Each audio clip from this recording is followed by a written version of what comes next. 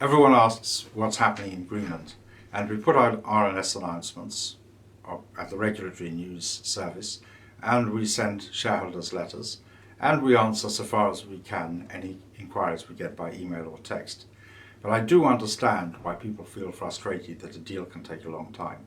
However, deals can take a long time, especially in a bear market where there isn't the excitement factor to make people act quickly. And we've seen that already with the Ram Resources deal for sister company Regency. In this case, with Greenland, we are dealing with people who are in a different environment, different culture, use a different language, their lawyers think in a different way, and time just passes incredibly.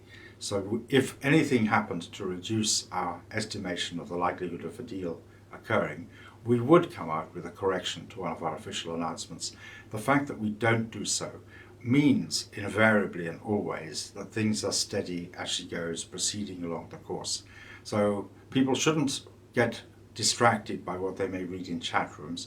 They shouldn't start to panic, because I always say to the people who are telling me things on this, whether it's the lawyers or the other parties involved, I don't care whether the news is good or bad.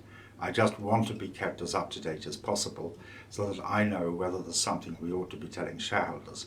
Now, there's a lot of things that they tell me about what's going on, about people's travel plans, or whether they're out of town or difficult to get hold of, whether it's only the top man who can sign this sort of thing. That can't possibly be put in an RNS or even in a shareholder letter. And so I can't communicate with shareholders as often as people communicate with me.